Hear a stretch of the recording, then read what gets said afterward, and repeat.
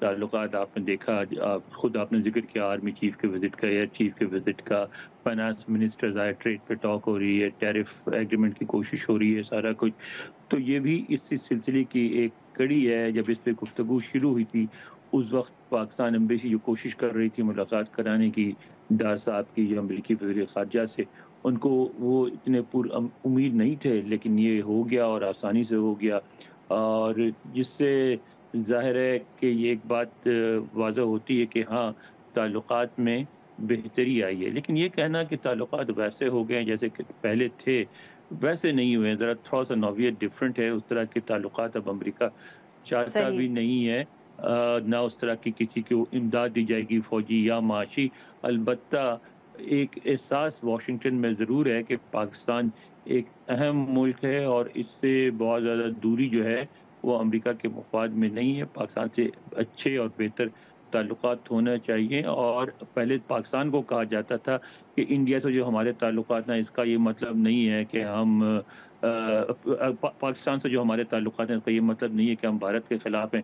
اب بھارت کو کہا جا رہا ہے کہ جو پاکستان سے ہمارے تعلقات ہیں اس کا مطلب یہ نہیں ہے کہ ہم بھارت کے خلاف ہیں. اور پھر دیکھا کشمیر کا بھی آپ نے دیکھا کئی دفعہ ذکر کیا گیا. تو تعلقات میں صحیح بہت سر. واضح بہتری آئی ہے. بالکل صحیح. شجاع صاحب آپ نے انور اقبال صاحب کی بات سنی. سر آپ اس کو کس طرح دیکھ رہے ہیں؟ آف کورس انور اقبال صاحب is being I would say کوشش کہ بہتر ہوئے ہیں تعلقات، مگر یہ سمجھنا کہ ماضی جتنے اچھے ہو گئے ہیں یہ ان کے خیال میں ابھی ایسی کوئی بات نہیں ہے. آپ بھی سر اتفاق کریں گے؟ میں کافی حد تک انور کی باتوں سے اتفاق کرتا ہوں، کیونکہ یہ شروعات ہے اور اس کو ایک ہسٹوریکل پس منظر سے کی طرف سے دیکھنا چاہیے. اب مجھے 50 سال ہو گئے اس شہر میں اور میں نے بہت سی حکومتیں دیکھی ہیں اور اپس اینڈ ڈاؤنز رہے ہیں پاکستان امریکہ کی ریلیشن شپ میں.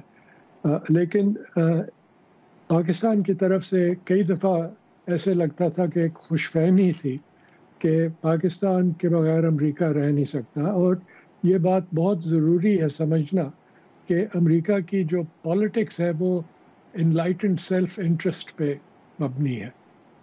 وہ چیزیں کریں گے جو امریکہ کو فائدہ پہنچائیں گی، اور جب وہ فائدہ پہنچ گیا تو وہ خوش ہوں گے، جب اس کی ضرورت نہیں ہے تو وہ پاکستان سے ہٹ جائیں گے. اور یہ تاریخ میں آپ دیکھیں کہ 8 سال 10 سال کی ریلیشن شپ ہوتی ہے اور پھر ایک ڈاؤن ٹرن آ جاتا ہے.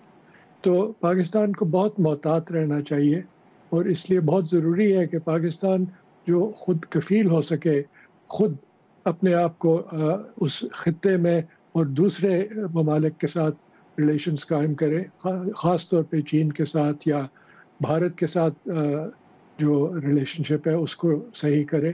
تو پھر Pakistan will be in a better position امریکہ کے ساتھ ڈسکشنز میں. دوسری بات یہ کہ اس وقت سب سے میجر ٹاپک جو صدر ٹرمپ کے ذہن میں ہے وہ ہے تجارت، اور انہوں نے اگست 1 کی ڈیڈ لائن دی ہے تمام ممالک کو کہ وہ اپنے سرپلسز جو ہیں وہ ختم کریں اور وہ ٹیرفس ہٹائیں اور درست کریں ٹریڈ امریکہ اور اپنے ملکوں کے ساتھ. پاکستان کے نمبرز آپ دیکھ لیں کہ اس وقت پاکستان کا $3 بلین کا سرپلس ہے امریکہ کی ٹریڈ میں. ٹوٹل ٹریڈ ہے تقریباً $7.3 بلین، اور اس میں امریکہ $2.1 بلین ایکسپورٹ کرتا ہے پاکستان کو، اور یہ بڑا ہے پچھلے 2 سالوں میں تقریباً 4.5%. اور پاکستان جو ہے وہ امریکہ کو ایکسپورٹ کرتا ہے 5.1 بلین. تو یہ جو ٹریڈ سرپلس ہے صدر ٹرمپ کے ذہن میں یہ سب سے بڑی چیز ہے، اور ابھی تک یہ نہیں پتہ چلا کہ کس طرح یہ ٹریڈ سرپلس 0 تک پہنچے گا اور اگست کی 1 تاریخ تک. ایک اور بات سمجھنی بہت ضروری ہے کہ جو معاہدے ہوئے ہیں ٹریڈ کے اوپر مختلف ممالک کے ساتھ یا کل یورپین یونین کے ساتھ، وہ ابھی تک پورے معاہدے ہی نہیں، وہ ایک فریم ورک ہے جس پہ فیصلہ ہوا ہے. اور برطانیہ کے ساتھ صحیح مئی میں صحیح کہا تھا کہ ہم نے معاہدہ کر لیا، لیکن اب پھر بات چیت ہو رہی ہے، کیونکہ صدر ٹرمپ کے لیول پہ بات چیت ہو جاتی ہے، پھر اسٹاف کو تفصیلی کام کرنا پڑتا ہے، ٹھیک اور ابھی تک یہ نہیں پتا کہ پاکستان اور امریکہ کے درمیان اسٹاف لیول پہ کیا بات ہوئی ہے، اور ڈار صاحب کی وزٹ کا اس پہ خاص اثر نہیں ہوگا، کیونکہ یہ زیادہ تر ٹریجری کے ہاتھ میں ہے، صحیح اور سر ٹریجری کے ساتھ فائنانس منسٹر اورنگ زیب کا تعلق ہے۔ جی انور صاحب، آپ نے شجاع صاحب کی بات سنی سر، انہوں نے ٹریڈ کا ذکر کیا، بٹ سر آپ because obviously you must have been watching these visits very closely, تو یہ بتائیے گا کہ یہ جو اتنی ملاقاتیں، اب آبویسلی ہم آرمی چیف آئے، ایئر چیف آئے، فائنانس منسٹر آئے، فورن منسٹر آئے، is there anything common between these trips? مطلب کہ کوئی ایسی چیز، کیونکہ جیسے آپ نے بھی ذکر کیا، شجاع صاحب نے بھی ذکر کیا کہ ماضی میں تو ہمیشہ counter terrorism, regional Afghanistan related issues یہ رہے ہیں common ground between Pakistan and امریکہ۔ اس مرتبہ آپ کو کامن گراؤنڈ کیا ٹریڈ پر نظر آیا ان سب ملاقاتوں میں، یا کوئی اور ایشوز بھی ہیں؟ کیونکہ کاؤنٹر ٹیررزم کا بھی بہت ذکر ہم سن رہے ہیں۔ دیکھیں، پہلی بات تو یہ ہے کہ آپ ذرا فرق دیکھیں، ہمارا جو اسٹیٹمنٹ شائع ہوا اس روبیو ڈار ملاقات کے بعد، اور جو اسٹیٹ ڈپارٹمنٹ سے شائع ہوا، ان میں ذرا تھوڑا سا فرق ہے۔ آپ دیکھیں، جو ہمارا زور تھا ٹریڈ پہ، اسی سے شروع کیا تھا ہم نے، اور ان کا اسٹیٹمنٹ شروع ہوا ایران سے، کہ پاکستان ایران میں جو ایک میڈیٹری رول پلے کر رہا ہے اس کو ہم اپریشیٹ کرتے ہیں، ٹھیک ہے۔ پھر اس کے بعد ان کا نمبر 2 جو پوائنٹ تھا وہ تھا کاؤنٹر ٹیررزم ان افغانستان، تو ہمارا کچھ اور تھا۔ تو امریکہ کا بھی دیکھیں، امریکہ کے اشارے واضح ہیں، ہم بعض چیزوں کو خود ہم نہیں دیکھنا چاہتے اور اپنے طریقے سے پیش کرتے ہیں۔ تو اب بھی آپ سے ایک خاص سمت میں آپ سے کچھ توقعات لگائی گئی ہیں، وہ توقعات کیا ہیں وہ ابھی تک واضح نہیں ہے۔ مثلاً آپ کو ایک چیز کی طرف میں اشارہ کرنا چاہوں گا، وہ ظاہر اس میں امریکی انتظامیہ کا ہاتھ نہیں تھا، لیکن یہاں ایک ٹام لینٹاس کمیشن ہے ہیومن رائٹس کا، اس کی ہیئرنگ ہوئی، اس میں ایک افغان ماہر کو بلایا گیا، اور اس نے ایک بات کی، اس نے یہ کہا کہ پاکستان کو چاہیے کہ افغان ڈیسیڈنٹس جو ہیں ان کو اجازت دے کہ پاکستان کی سرزمین استعمال کرے طالبان کو ٹاپل کرنے میں، ٹھیک ہے۔ اس کے بعد پھر جب ہمارے جو نائب وزیر ہیں ان کی بریفنگ ہوئی، اس میں بھی ایک سوال دیا گیا، پہلا سوال افغان جرنلسٹ کو، جس نے یہی سوال کیا کہ کیا آپ طالبان کو ٹاپل کرنے میں ہمیں پاکستان کی سرزمین استعمال کرنے دیں گے؟ ظاہر وزیر خارجہ نے کہا کہ نہیں، ہم افغانستان کے اندرونی معاملات میں مداخلت نہیں کریں گے، لیکن کم از کم آپ یہ سمجھ لیں کہ جو این جی اوز کی حد تک، جو کانگریس کے اندر گروپس ہیں ان کی حد تک ایک اشارہ تو واضح ملا کہ افغانستان میں آپ سے کم از کم یہ گروپس کیا توقع کرتے ہیں۔ میں یہ نہیں کہہ رہا ہوں کہ ٹرمپ ایڈمنسٹریشن بھی یہ چاہتی ہے، لیکن بہرحال یہ بات ضرور وہ چاہتے ہیں کہ آئی ایس کے ہے اور دوسرے جو گروپس ہیں ان کے خاتمے میں آپ ان کے ساتھ تعاون کریں۔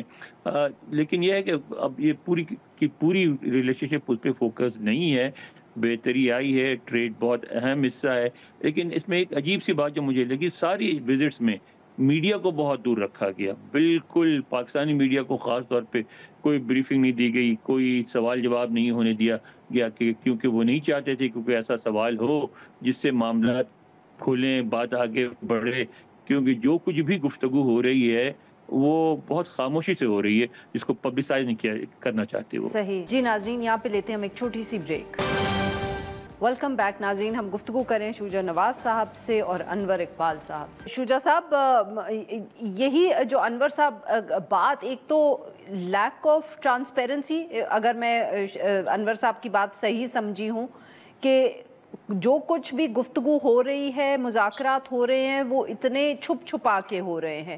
پر سر اس کے ساتھ سوال یہ بھی اٹھتا ہے جو بار بار ہم پاکستان امریکہ تعلقات پہ پوچھتے ہیں کہ how sustainable is this goodwill at the moment, کیونکہ ماضی میں بھی ہم اس پہ گفتگو کرتے رہے کہ انڈیا سے اسٹریٹجک ریلیشن شپ ہے کیونکہ اس میں کامن گراؤنڈ بہت ہے، ہمارے ساتھ ایک کاؤنٹر ٹیررزم کا ایشو ہوتا ہے۔ آپ کو لگتا ہے سر کہ اس دفعہ بھی اس طرح کا کوئی مسئلہ ہو سکتا ہے، خاص طور پہ ایٹ اے ٹائم سر جب جو وائٹ ہاؤس کی ایڈمنسٹریشن ہے اس کے پاس اسٹیٹ ڈپارٹمنٹ کی طرف سے بھی شاید وہ جو ایک انسٹیٹیوشنل میموری ہے that might be missing also? Institutional memory کے علاوہ اسٹیٹ ڈپارٹمنٹ کے سٹاف کو فارغ کر دیا، 1300 سے 1500 لوگوں کو فارغ کر دیا، ان کی انٹیلیجنس اور ریسرچ ڈپارٹمنٹ کو فارغ کر دیا، تو وہ بھی کافی خلا پیدا کیا اسٹیٹ ڈپارٹمنٹ میں، اور یو ایس ایڈ کو ختم کیا. اور یو ایس ایڈ کو ختم کرنے کا پاکستان پہ ایک امیڈیٹ افیکٹ یہ ہے کہ تقریباً 1.7 ملین پاکستانی جن کی آمدنی اور کاروبار یو ایس ایڈ کے ساتھ منسلک تھا وہ ختم ہو گیا. تو ان کو آپ کہاں سے اب نوکریاں دیں گے اور کیا ان کو موقع پیدا کریں گے؟ لیکن میں واپس چاہتا ہوں انور اقبال کی بات پہ. امریکہ تب آتا ہے پاکستان کے پاس جب ان کو ضرورت پڑتی ہے کسی چیز کی، اور 2 چیزوں کی ان کو ضرورت ہے. ایک تو کاؤنٹر ٹیررزم اسسٹنس، اور وہ پاکستان نے کھل کے ہسٹوریکلی دی ہے. جب افغانستان کا بھی مسئلہ تھا اور گراؤنڈ لائنز آف کمیونیکیشن بند کرتے تھے، ایئر لائن آف کمیونیکیشن کبھی نہیں بند کی پاکستان نے، اس وقت بھی اور ابھی بھی. اور پاکستان نے ظاہر ہے کہ امریکہ کو ایکسیس دیا ہوا ہے تاکہ وہ ڈرونز اور مختلف ایئر کرافٹ کو استعمال کر کے افغانستان پہ نظر رکھیں، اور اگر کہیں ضرورت ہے ڈرون اٹیکس کی تو وہ بھی کریں. تو یہ ظاہر ہے کہ پاکستان نے اناؤنس نہیں کیا، نہ ہی امریکہ نے اناؤنس کیا. دوسری بات جو بہت ضروری ہے وہ یہ معدنیات کی ہے، اور خاص طور پہ ریئر ارتھ منرلز. اب انور نے کانٹراسٹ دکھایا کہ ڈار صاحب کی بریفنگ کے مقابلے میں روبیو صاحب نے پبلکلی کیا کہا، اور میں اگر آپ اجازت دیں تو میں ان کا ایکس پہ جو پوسٹ تھی وہ پڑھوں. چھوٹی سی پوسٹ ہے. Met with Pakistani Deputy Prime Minister and Foreign Minister M. Ishaq Dar today to discuss expanding bilateral trade and enhancing collaboration in the critical mineral sector. I also thanked him for Pakistan's partnership in countering terrorism and preserving regional stability. Khatam. That was it. اور کوئی detail نہیں ہے اور کس طرح سے پاکستان کو add ملے گی. اب اجازت دیں تو میں کچھ نمبرز آپ کو بتا دوں، کیونکہ ایک زمانہ تھا جب ٹرمپ صاحب پہلی دفعہ آئے تھے تو اس وقت ان سے 1 سال پہلے تقریباً 700 ملین ڈالر امریکن ٹریڈ آ رہی تھی، ایڈ آ رہی تھی پاکستان کو. یہ فورن اسسٹنس ہے، اور یہ اوورٹ فورن اسسٹنس. کوورٹ فورن اسسٹنس کبھی ڈکلیئر نہیں کرتے وہ، اور نہ ہی اس کے نمبرز اویلیبل ہیں، لیکن وہ جاری ہے، اور وہ زیادہ تر فوج کے ساتھ یا ISI کے ساتھ جو کانٹیکٹس ہوتے ہیں اس طریقے سے آتی ہے. تو 2016 میں 686 100 ملین ٹوٹل ایڈ تھی. صدر ٹرمپ آئے، انہوں نے ایک دم کاٹ دیا، وہ آدھا کر دیا، تقریباً 392 ملین. 2018 میں اور بھی کم ہوا. اب لیٹسٹ جو فگرز تھے 2025 کے پروگرام بجٹ میں، آپ حیران ہو گئے کہ پاکستان کے لیے 103 ملین پروگرام کیا گیا تھا اوورٹ اسسٹنس. کہاں ہنڈریڈز تھاؤزنڈز آف ملین اور کہاں 103 ملین. اور جب وہ فائنل بجٹ اپروو ہوا تو that was reduce from 103 million to 101 million. تو اس کا مطلب ہے کہ باقی جو ایڈ ہے وہ سب کوورٹ اسسٹنس ہے. اور پاکستان کو اب یہ دیکھنا ہے کہ خاص طور پہ معدنیات پہ، اور نہ صرف بلوچستان پہ بلکہ گلگت بلتستان پہ، کہ چین کے ساتھ جو تعلقات ہیں ان کو برقرار رکھنا ہے اور ایک توازن رکھنا ہے امریکہ اور چین کے ساتھ تعلقات. اور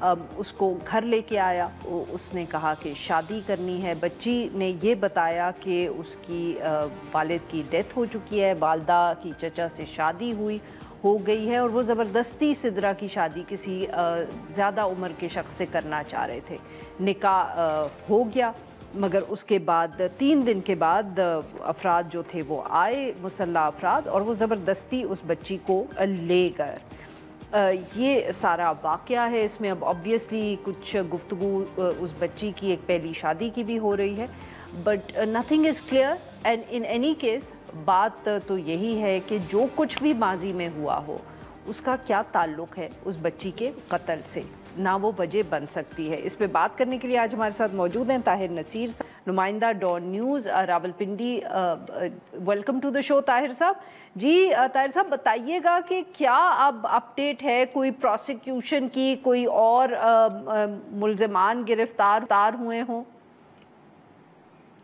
جی عرفہ, دیکھیں اس کیس میں آج جہاں پہ پولیس کو داد اس وجہ سے دینی چاہیے کہ پولیس نے اس کیس میں ایک دفعہ ایسی لگا دیا ہے, اب وہ دفعہ ناقابل راضی نامہ ہے. کیونکہ پہلے تو یہ کیس 496A یعنی کہ شادی شدہ خاتون کی اغوا کا درج ہوا تھا. ضیاء الرحمان جو پہلا خاون ہونے کا دعوے دار ہے, اس قرآن حافظہ جو خاتون ہے سدرا کا, 21 سال اس کی عمر ہے, لیکن وہ پولیس نے اب کنورٹ کر دیا کہ پولیس خود اس کی مدعی بن چکی ہے, کیونکہ ضیاء الرحمان کو بھی پولیس نے گرفتار کر دیا. اور آج جو مرکزی ملزم ہے اس پورے کیس کا, جس نے جرگے میں یہ فیصلہ سنایا تھا, جس کی سربراہی میں جرگہ ہو رہا تھا, عصمت اللہ, اس کو بھی پولیس نے گرفتار کر لیا ہے, اور اس کا 4 دن کا جسمانی ریمانڈ راولپنڈی کی مقامی عدالت سے حاصل کیا گیا. مجموعی طور پر اگر دیکھیں تو اس کیس میں جو گورکن نے اہم بیان دیا, جو انکشاف کیا پولیس کے سامنے, اس نے بتایا کہ کیسے. مجھے ایک بات بتائیں طاہر صاحب, معاف کریے گا میں آپ کی بات کاٹ رہی ہوں, مجھے یہ بات بتائیں کہ یہ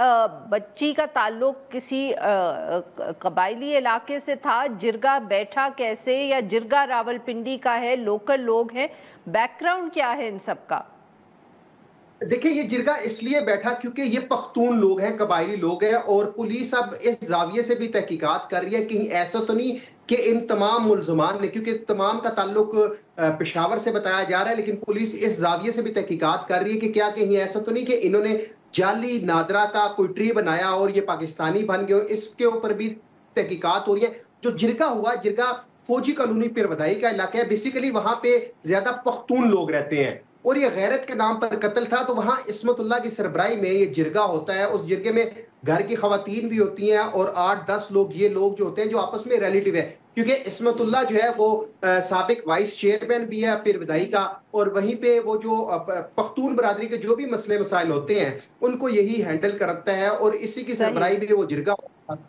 تو اس وجہ سے یہ جرگہ راولپنڈی کی فوجی کالونی میں ہوا. اس میں لوگ جو گرفتار ہوئے ہیں اس میں گورکن بھی گرفتار ہے, سیکٹری قبرستان کمیٹی, رکشہ جس رکشے میں ڈیڈ باڈی لائی گئی تھی وہ رکشہ ڈرائیور بھی گرفتار ہے, پھر چاچا ہو گیا, سسر ہو گیا, والد ہو گیا, کیونکہ لڑکی نے جو مقتولہ ہے سدرا, اس نے اپنا جو اس کا خاوند ہے عثمان, اس کو یہ بیان دیا تھا, اس کے والد یعنی کہ اپنی سسر الیاس کو کہا تھا کہ وہ یتیم ہے, اس کی ماں نے اس کے چچا کے ساتھ شادی کر لیا.